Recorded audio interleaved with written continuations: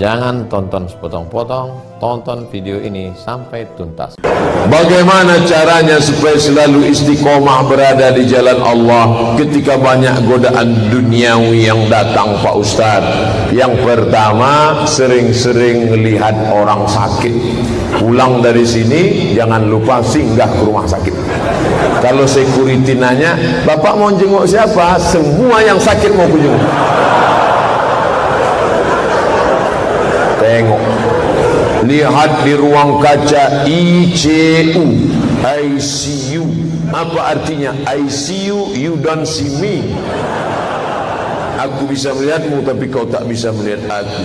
Mana yang dulu gagah perkasa, mana yang dulu katanya orang kaya, mana yang dulu katanya puasa, saat terbaring di situ yang ada cuman suara.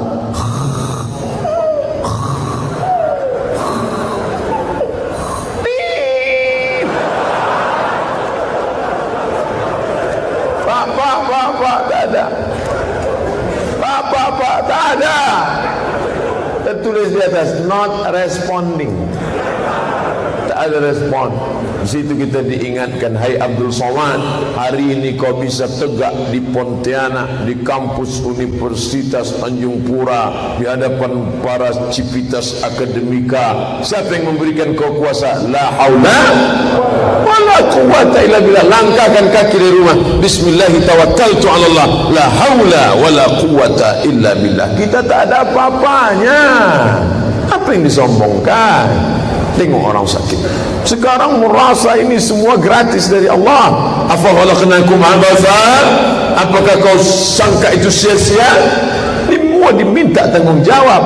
Buah pinggang, jantung, nih jantung, paru-paru yang kau hembuskan dari Allah, yang kau tarik dari Allah, yang kau pakai milik Allah, yang kau pandangnya Allah. Kenapa kau sombong? Tak juga mempan tengok orang sakit, tengok orang mati. Maka kalau ada orang meninggal, buka penutup wajahnya, cium. Sesama laki-laki, perempuan jangan. Ciumnya bini orang, marah lelakinya. Rasakan sejuknya jasad. Saya cium jasad jenazah, sejuk. Mana yang dulu perkasa, janganlah mau disanjung-sanjung. Engkau digelar manusia agung, jasad terbujur keranda diusung. Lupa pula, sadarlah diri, tahu diuntung, jasad terbujur keranda diusung.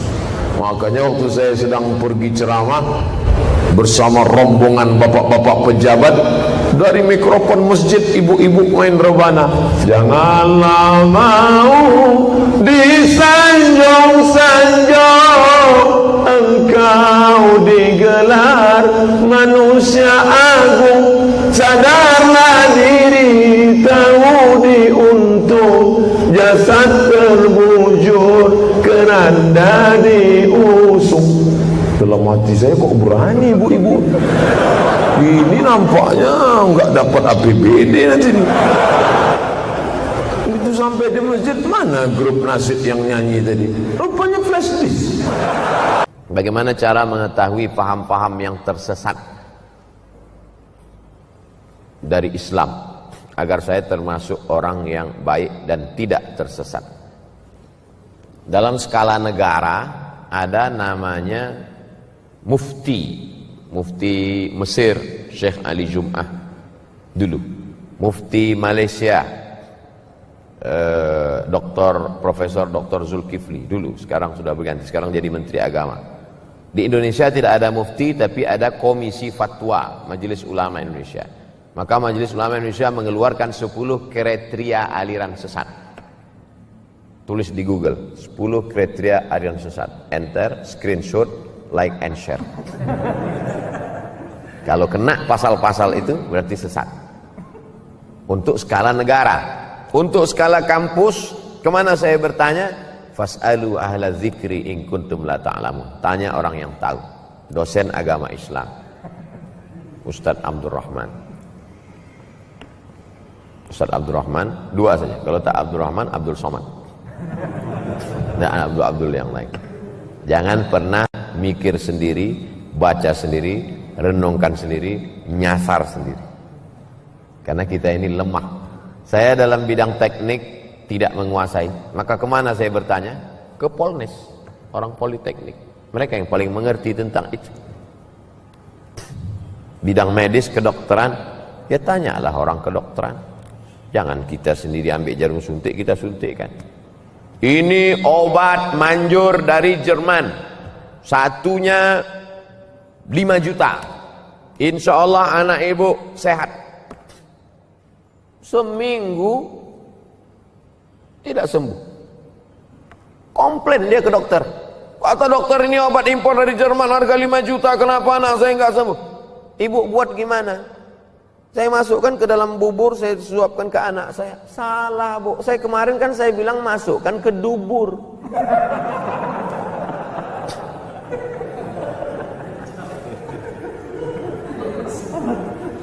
Obat aja salah, untung anaknya tak mati. Ini true story, kisah nyata jamaah kita yang bekerja di rumah sakit menyampaikan ke pasien dia. Salah dengar pasien. Bagaimana tentang masalah kehidupan? Masalah dokter aja kita tak, apalagi dalam masalah agama. Kalau masalah kedokteran ada orang salah, satu nyawa melayang. Kalau dalam masalah arsitektur jembatan ada orang salah, satu jembatan runtuh. Tapi kalau dalam masalah pemahaman agama orang salah, dunia akhiratnya. Ada orang membawa istrinya sedang hamil tua mau melahirkan. Dia pasti akan cari tulisan bidan berijazah. Karena dia takut anaknya meninggal. Khawatir dia. Takut dia keturunannya ini akan mati, dia tak punya pelanjut. Tapi kenapa dalam masalah agama kita malah percaya kepada dukun yang bisa melipat gandakan uang?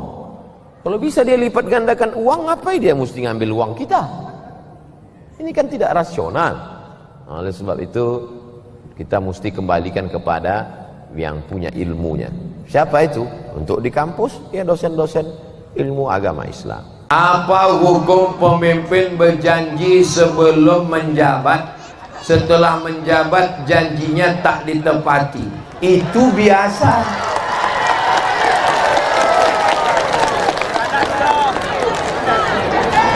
Itu biasa. Yang luar biasa tuh kalau tepat janji. Dia naik karena bapak ibu kan? Karena bapak ibu yang milih kan? Nanti kan ada pemilihan lagi. Mau milih lagi? Mau milih lagi? Udah selesai, clear nasibmu. DPRD kota, DPRD kabupaten, DPRD provinsi, DPR RI, DPD yang diangkat melalui pemilihan bupati, gubernur, wali kota, presiden, kepala desa. Bapak ibu mau memilih orang pembohong? Udah selesai. Tak perlu saya larang ceramah.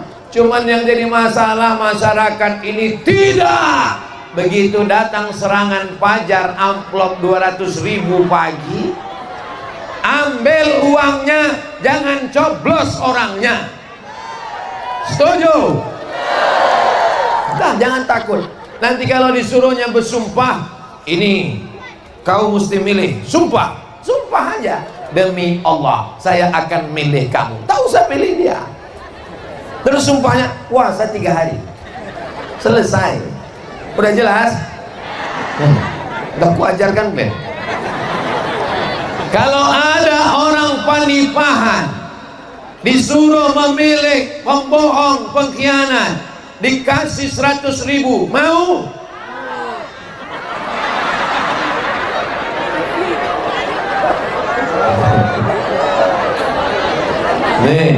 Nih bukti masyarakat pelupa, masyarakat pikun. Na'udzubillah. Kalau takut memakan duit subuhat, duit sogoh, duit haram, ambil duitnya, masukkan ke kotak Masjid An-Nur supaya dibelikan ke semen, batu bata dan kerikil. Selesai masjid kita insyaallah. Amin. Tapi tak perlu dimasukkan ke amplop, ini duit haram. Jangan. Kasihkan saja. Pengurus masjid tak akan bertanya itu datang dari mana. sikap seorang muslim menghadapi perbedaan yang terjadi dalam agama Islam. Gimana sikap dia Pak Ustaz? Besok sama-sama solat subuh. NU solat subuh, Muhammadiyah solat subuh, Al-Wasliyah solat subuh, Perti solat subuh, semua solat subuh. Sepakat semuanya solat subuh. Tapi dalam pelaksanaannya Muhammadiyah tidak pakai kunut, NU pakai kunut. Muhammadiyah tidak pakai usolli, NU pakai usolli. Nah, bagaimana sikap saya Pak Ustaz? Selama ada dalilnya tak boleh menyalahkan. Guru saya namanya Sayyid Usamah Mansi Al-Hasani Al-Maliki, mazhabnya Maliki. Maliki kalau baca Fatihah enggak pakai bismillah. Alhamdulillahi Rabbil Alamin Ar-Rahmanir Rahim. Suatu ketika beliau solat di Masjid Hasan Abbas Zaki dalam program acara membaca kitab Sunan Tirmidzi tahtari ayati Syekh Ali Jum'ah. Ali Jum'ah mazhabnya Syafi'i. Lihat adab dia. Saya lihat sendiri, saya jadi makmum solat maghrib. Allahu Akbar. Bismillahirrahmanirrahim. Alhamdulillahi Rabbil Alamin. Saya terkejut, dia mazhab Maliki. Kenapa dia baca bismillah? Ternyata dia menghormati karena itu acara yang punya mazhab Syafi'i. Buya Hamka, Imam Masjid Al-Azhar Jakarta. Buya Hamka Muhammadiyah, bismillahnya sir. Alhamdulillahi Rabbil Alamin.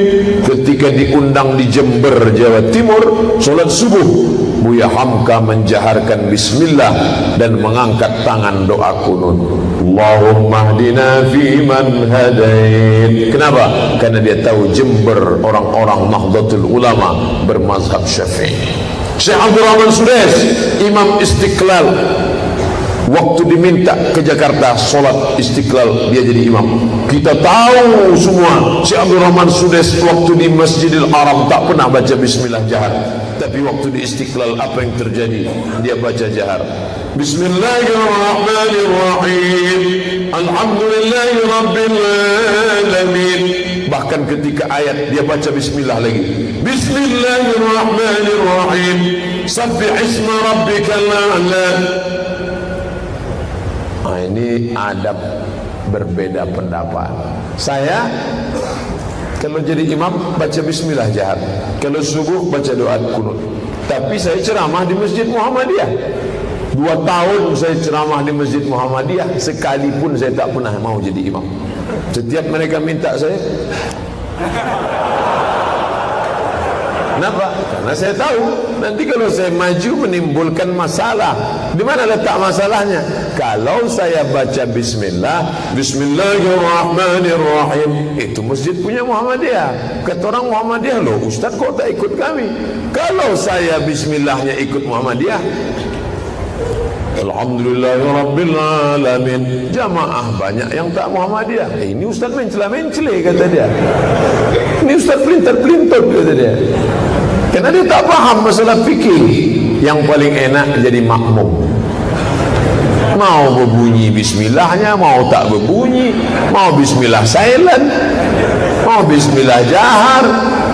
Selama baca Fatihah sah. Yang tak sah itu Allahu Akbar, Qul huwallahu ahad, baru tak sah. Berbeda pendapat dalam satu masalah fikih. Enak jadi makmum. Makanya saya lebih ingin jadi makmum. Bagaimana tanggapan Ustadz tentang perokok? Merokok menurut Majelis Ulama Saudi Arabia haram. Merokok menurut Majelis Ulama Mesir Syekh Nasr Farid Wasil haram. Merokok menurut Majelis Tarjih Muhammadiyah haram.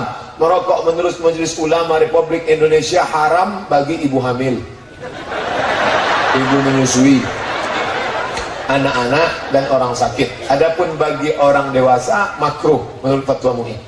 Mereka berikhtilaf. Kenapa ada mengatakan haram, mengatakan ada makruh? Karena tak ada dalam Quran hukum secara eksplisit. Maka mereka berijtihad.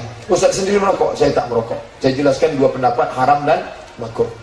Ada ketua MUI Dumai, namanya Ustadz Lukman Syarif, Kiai Haji Lukman Syarif. Dia cerita ke saya, ada seorang kiai, di belakang rumah kiai ini ada pohon tebu, ada pohon nanas, ada pohon pisang, ada pohon ubi. Suatu malam datanglah segerombolan babi. Besok pagi dia tengok nanasnya habis, ubinya habis. Yang tak dimakan oleh babi, tembakau. Ternyata dalam dunia babi pun tembakau itu haram. Kata Ustadz Lukman Syarif. Jangan marah sama saya. Apakah orang yang merokok itu menzalimi diri sendiri? Ya, duitnya habis, terbakar, belum lagi penyakit dalam. Dulu kan ditulis itu, merokok dapat menyebabkan kanker, keguguran, impotensi. Banyak. Sekarang sudah lebih tegas lagi kalimatnya, merokok membunuhmu. Katanya nanti mau dirubah lagi, matilah kau. Katanya menzalimi diri sendiri dan dosa besar Pak Ustaz. Contoh, main HP seharian di rumah tanpa hidup bermasyarakat. Ini fenomena luar biasa. Jangan main HP. Jam 11 malam, jam 10 malam, matikan HP, tidur. Tapi kalau yang mau nyetel, nonaktif lah, matikan. Jangan, ini rusak nanti gara-gara ini. Dulu orang kalau duduk bersama nanya, Bapak dari mana? Dari Serdang. Dari Serdangnya di mana? Kecamatan Anu. Kenal sama Pak Pulan? Kenal. Apa hubungan Bapak? Bapak saya sama Pak Ali, Bapak. Orang sekarang tak ada kenal. La salam, wala kalam. Masih main HP. Ada orang pingsan di sebelahnya, bukan ditolongnya, difotonya. Ada orang pingsan di sebelahnya. Bagi yang suka, tolong like and share. Amin. Kacau udah dunia ini, dah. Tapi pula jamaah dari Serdang dikenal sama saya gara-gara HP ini. Kalau saya pergi ke suatu daerah, mudah cara mengenalinya. Kalau ada di situ orang diam saja tak kenal, itu ada dua kemungkinan. Pertama, tak ada paket. Kedua, tak ada sinyal. Mohon penjelasan dari Ustadz tentang isbal. Kaki celana melewati mata kaki namanya isbal. Ini kaki celana melewati mata kaki ke bawah, ini isbal. Sarung, jubah melewati isbal. Kalau isbal gimana? Finnar, di bawah mata kaki masuk neraka. Jadi kalau gitu Ustaz masuk neraka lah nih. Iyalah masuk neraka. Kalau gitu naikkan ke atas. Itulah maka banyak orang menggunting kaki celananya. Menggunting dengan yang belum menggunting. Kok kenapa tak kau gunting? Neraka nih. Kalau yang menggunting dengan yang tak menggunting kelahi, maka yang senang siapa? Yang tak bercelana. Maka dalam hal ini Bapak perlu paham. Tiba-tiba nanti terjadi keributan di masjid. Gara-gara apa? Gara-gara kaki celana.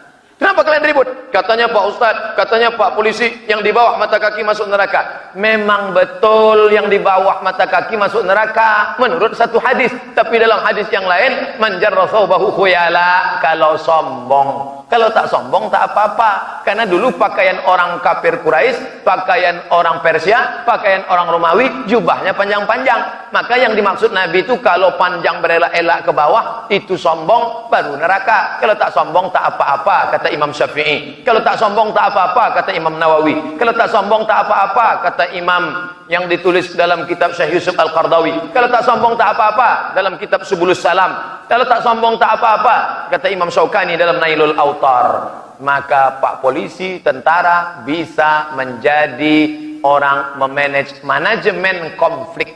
Jadi paham agama ini bukan hanya tanggung jawab ustadz saja. Adakah dalil mengenai sutroh? Sutroh meletakkan tombak, pedang di depan tempat sujud. Ini mana sholat nih, letakkan. Ini sutroh. Supaya orang jangan lewat. Kalau mau lewat di seberang sananya, sini jangan lewat. Kalau ada orang lewat sini, tahan. Kalau dia tetap lewat, dia uktulu, bunuh dia. Kebetulan polisi tembak dia. Apa hukum membuat sutra ini? Kata Syekh Albani, sutra hukumnya wajib.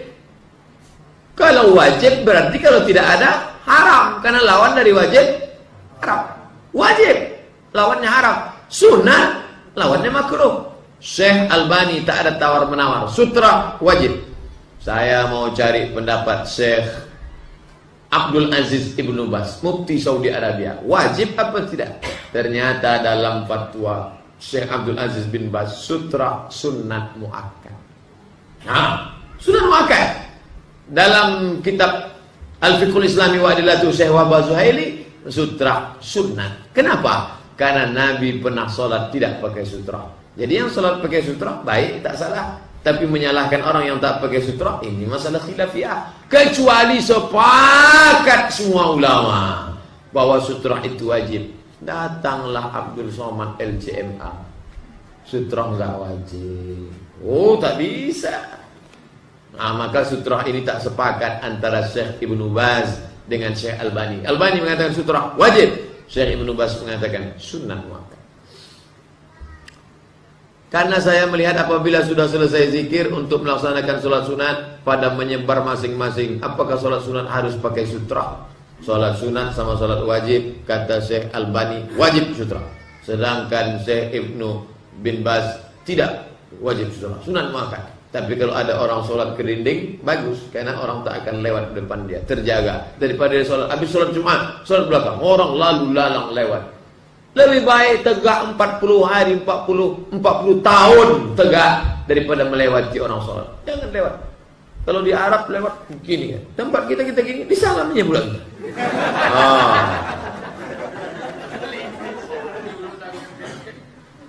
Apa kabar Ustaz gitu? Dalam media sosial agama ada yang bergelar ustaz, ada bergelar habib. Mohon sedikit penerangan tentang gelar habib. Ustaz dari bahasa Turki. Ustaz artinya guru yang besar, yang hebat. Guru bahasa India, guru. Kita ini banyak pakai raja, guru. Nah, itu dari India karena banyak peradaban dari India. Raja, guru. Sedangkan bahasa Arabnya muallim, orang yang mengajarkan ilmu. Muhadzib, orang yang menghaluskan akhlak. Muaddib, orang yang membuat menjadi beradab. Mudarris, orang yang menunjukkan. Murabbi, orang yang mendidik. Sedangkan ustaz dari bahasa Turki. Kalau di Mesir, di Kaherah, kalau al-ustaz itu berarti profesor.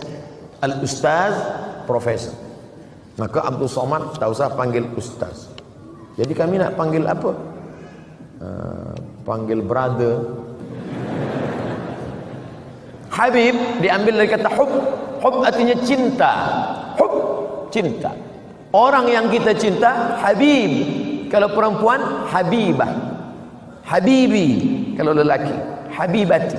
Di Mesir, Kairah, kalau orang nak panggil lelaki perempuan, panggil suami dia habibi, ya habibi kalau dia sedang sayang. Tapi bila dia marah, ya Mahmud. Mohon maaf bila nanti nama Habib artinya kesayangan kita. Kenapa kita panggil Habib Rizik Syihab, Habib Umar bin Hafiz, Habib Ali Zainal Abidin? Karena kita sayang kepada dia, karena ada darah Nabi Muhammad sallallahu alaihi wasallam mengalir dalam badan dia. An asila ila qarabati Rasulillah sallallahu alaihi wasallam ahabbu ilayya min an asila ila qarabati. Menyambung silaturahim dengan keturunan Rasulullah lebih aku sukai daripada menyambung silaturahim dengan keturunanku sendiri. Hadis riwayat Bukhari, ucapan Abu Bakar Siddiq. Mudah-mudahan kita termasuk yang sayang kepada keturunan Rasulullah SAW. Assalamualaikum warahmatullahi wabarakatuh. Ustaz Abdul Somad, semoga Allah melimpahkan rahmatnya kepadamu Pak Ustaz. Lebih utama mana antara bayar pajak atau zakat mal? Bayar dua-duanya. Orang bijak taat pajak, yang nggak mau bayar pajak dipijak-pijak. Saya bayar pajak, dan alhamdulillah syukurnya di negara kesatuan Republik Indonesia, siapa yang bayar zakat maka pajaknya dikurangi dengan syarat bayar zakatnya di Badan Amil Zakat Nasional. Ada surat keterangan stempelnya, nanti ditunjukkan di kantor pajak, maka pajaknya berkurang. Ustaz tahu dari mana? Jamaah. Assalamualaikum Ustaz Somad. Waalaikumsalam. saya sedang berada di kantor pajak, ini orang pajak ngembalikan pajak saya 2 juta. Kenapa? Karena saya dianggap sudah bayar zakat, maka pajak berkurang. Halalkah bagi saya? Halal.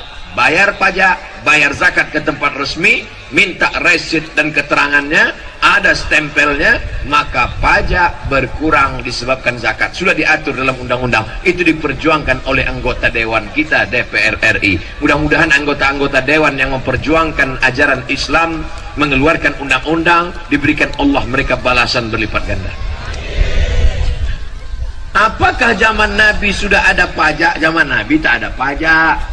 STNK SIM pun tak ada. Tapi jangan ini jadi dalil, jangan ini jadikan dalil. Nanti razia, mana STNK BPKB, mana bukti bayar pajak, mana SIM.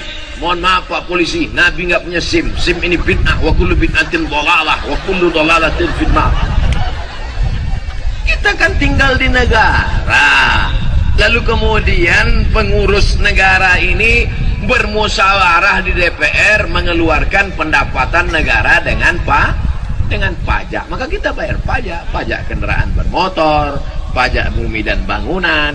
Tapi kalau kita bayar zakatnya resmi, pajak kita berkurang. Perhatikan baik-baik. Bayar zakat, jangan bayar zakat sendiri-sendiri. Bayar zakat ke Badan Amil Zakat Nasional Sukamara. Alamat Gang Sedulur. Jawa ini. Sedulur sederek sedoyo. Gaji ASN apakah wajib zakat? Jangan cerita gaji. Karena ada orang gajinya 2 juta, pendapatannya 20 juta. Kenapa begitu? Hitung total semua. Gaji, SPPD, tunjangan, uang tunjang, uang sipak, uang sundul, uang tanduk, uang sikut. Total semua. Gimana cara ngitungnya Pak Ustaz? 85 gram emas wajib mengeluarkan 2,5%. Ingat, 85, 85, 85, 85, 85, 85. Jangan pulang dari sini jadi 58. Berapa?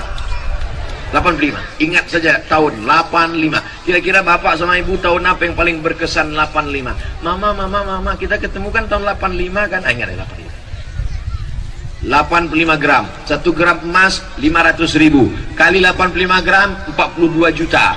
42 juta 500 bagi 12 bulan. Saya paham orang yang belum sarapan susah nangkap hitung-hitung. Dengarkan aja ceramah saya ini. Yang susah nangkap sekarang nanti diputar videonya di channel Ustaz Abdul Somad Official. Subscribe, like and share. 85 gram kali 500.000 sama dengan 42.500.000 selama 1 tahun. Siapa yang penghasilannya 85 gram kali 500.000 42.500.000 selama 1 tahun, dia sudah kena zakat 2,5%. 45 juta 45 juta pula 42.500.000 itu kalau dibagi setiap bulan keluar bagaimana? 42.500.000 bagi 12 bulan sama dengan 3.600.000. Payang hitungnya kalau 3.600.000. Oke, kita bulatkan 4 juta. Mudah-mudahan semuanya yang gajinya kurang dari 4 juta penghasilannya lengkap sejak ceramah ini terhitung dari Januari 2020 4 juta ke atas. Amin.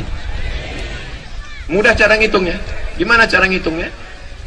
1 juta 2,5%. 1 juta 25.000. 1 juta 25.000. 1 juta 25.000. 1 juta 25.000. Kalau Bapak sebulan dapat 4 juta, berapakah zakatnya?